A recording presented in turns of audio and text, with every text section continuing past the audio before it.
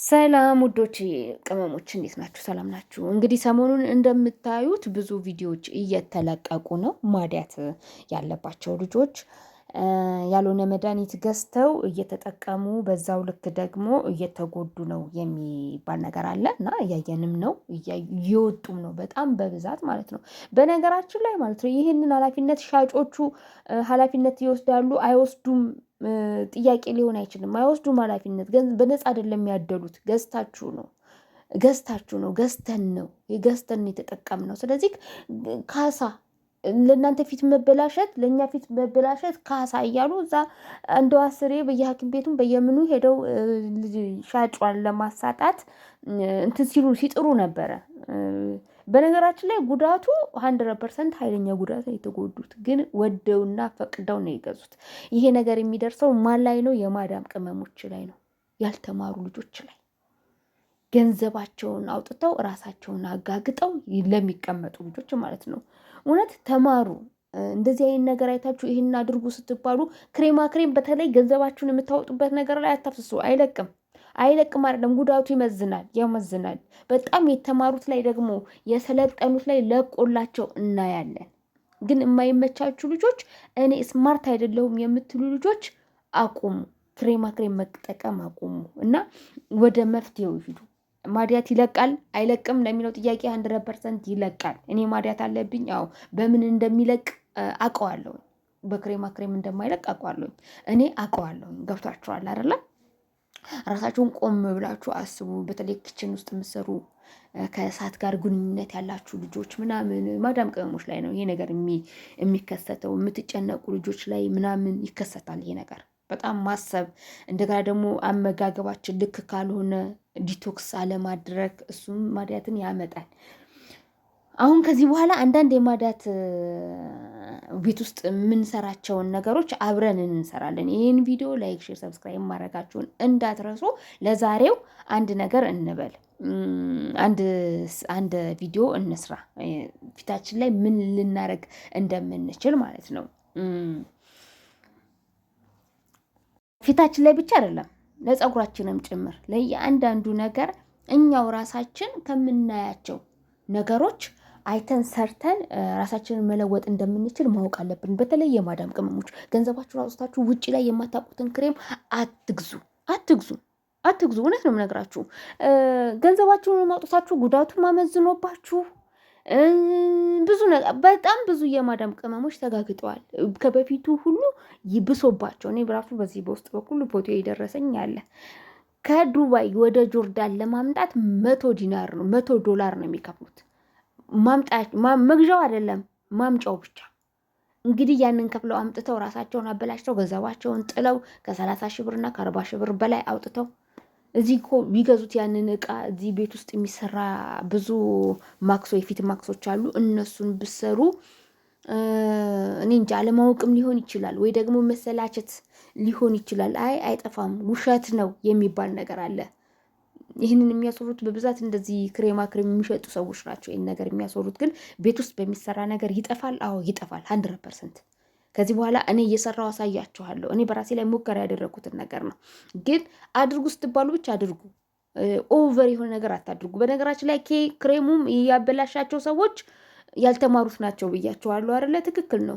ኦቨር ከቃሏ የወጡት እንዳለ ተበላሽተዋል። በቃሏ መሰረት ደግሞ ያደረጉት አልተበላሹም፣ ጸድተው ድኖላቸውም አይተናል። ገብቷቸዋላ። ግን ይሄ ያለ ማገናዘብ ነው። አሁን 1 ማንኪያ ማር አድርጉ ሲባሉ 2 ማንኪያ ያደርጋሉ ስላላቸው ብቻ። ሁላችሁ ጥቅም ብቻ አይደለም፣ ሳይድ ኢፌክትም አለው።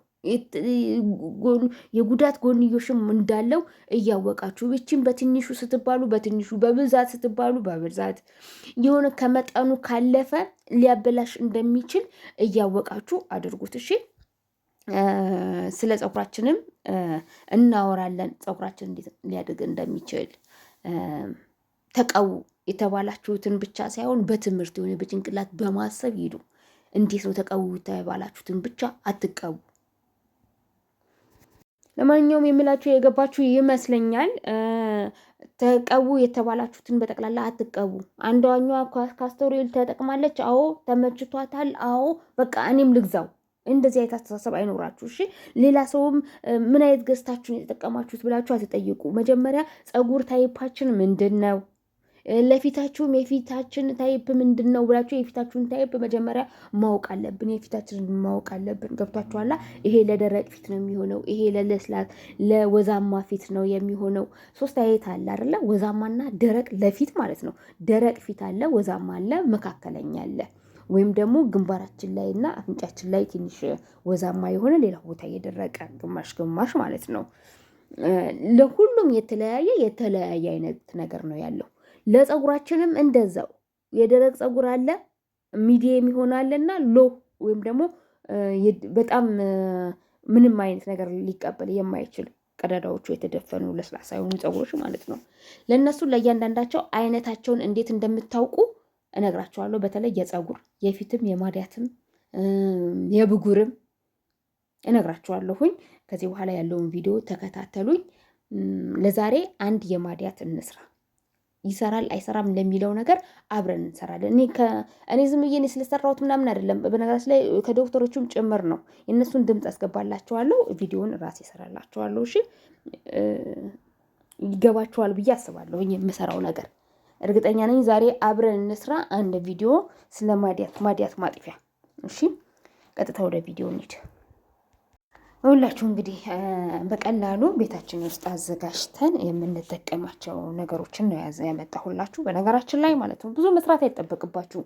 እኔ አንድ ማንኪያ ብላችሁ አንድ ማንኪያ አድርጋችሁ ለነገ ለተነገ ወዲያ ድረስ ማደር የለበትም። በትንሹ ሰርታችሁ በየቀኑ ትንሽ ብታደርጉ ጥሩ ነው ብዬ ነው የምገምተው። ለማንኛውም አፕል ፊንገር፣ ቀይ ሽንኩርት፣ ማርና እርድ ሁሉም ጥቅም አላቸው። ሁሉም ለማዲያት የሚሆን ጥቅም አላቸው። እሺ ሁሉንም እኩል በሚሆን መጠን ወይም ደግሞ ፊታችን ላይ ልክ እንደ ክሬም ለመቀባት በሚሆን መጠን አርጋችሁ ለውሳችሁ ተቀቡት። ማዲያት ያለበት ቦታ ንጹህ ቦታ ተቀቡት።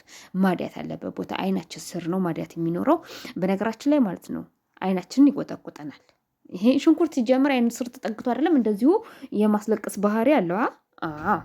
ስለዚህ ይህንን ጠንቅቃችሁ ወቁ። ይሄ አቃጠለኝ ምናምን እንዳትሉ። አቢን ይሄኛው ከል ነው የሚባለው በአረብኛው። እሱም የማስለቀቅ ባህሪ ያለው። ቀይ ሽንኩርትም እንደዛ። በነገራችን ላይ ቀይ ሽንኩርት እኔ እንኳን በፊት አላቅም ነበረ። የሆነ ዶክተር ሲያወራ ሰምቼው ነው። እንደነገርኳችሁ የሆነ ዶክተር ሲያወራ ሰምቼ ነው ቀይ ሽንኩርቱን እና ማር አፕል ቪኒገር እና ይሄንኛውን አፕል ቪኒገር እና ትሪሜሪክ ወይም ደግሞ እርዱን ማለት ነው ኩርኩሙን ጨምራችሁ ማዲያታችሁ ያለችበት ቦታ ብቻ መቀባት። እሺ ከሆነ ደቂቃ ከ5 እስከ 6 ደቂቃ በኋላ መታጠብ። ያንን ነገር የሆነ ታይማችሁን የተጠቀማችሁ በ2 ቀን በ3 ቀንም ቢሆን የተቀባችሁ እዩት፣ ለውጥ ታገኙበታላችሁ። ይሄን ብቻ አይደለም ለዛሬ ይሄንን አመጣሁላችሁ እንጂ ማለት ነው የምትጠቀሙት በጣም ብዙ ነገር ይኖራል። ለፊታችን የሚሆን ሊያጠፋልን የሚችል ማለት ነው በጣም ብዙ ነገር። የቤት ውስጥ ነገር ጉዳት ውስጥ አይጥልም። በነገራችን ላይ ጉዳት ውስጥ አይጥልም። አሁን እዚህ ጋር ያሳየኋችሁ ከልም ወደ ሆዳችን የሚገባ ነው። ማርም የምንበላው ነገር ነው። ሁሉም ቀይ ሽንኩርትም የምንበላው ነገር ነው።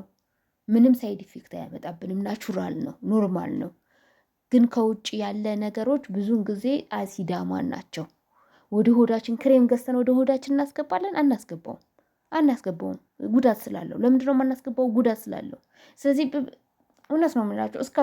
እስከ መቼ የማዳም ቅመም ቤት ውስጥ ሆናችሁ እንዳልተማረ ሰው ተጎዱ እየተባለ የሚነገረን? የምር ነው የምነግራችሁ። አንዳንዴ በጣም ይገርመኛል። ይሄ ጉዳት የሚደርሰው ያልተማሩ ሰዎች ላይ ብቻ ነው። በተለይ በክሬም በአንዳንድ ነገር ፀጉራቸው ላሽ የሚገባቸው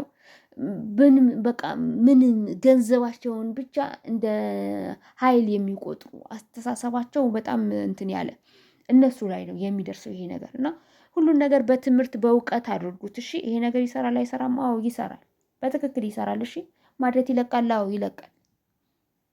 ስለዚህ ለወደፊቱ አብረን እንሰራለን።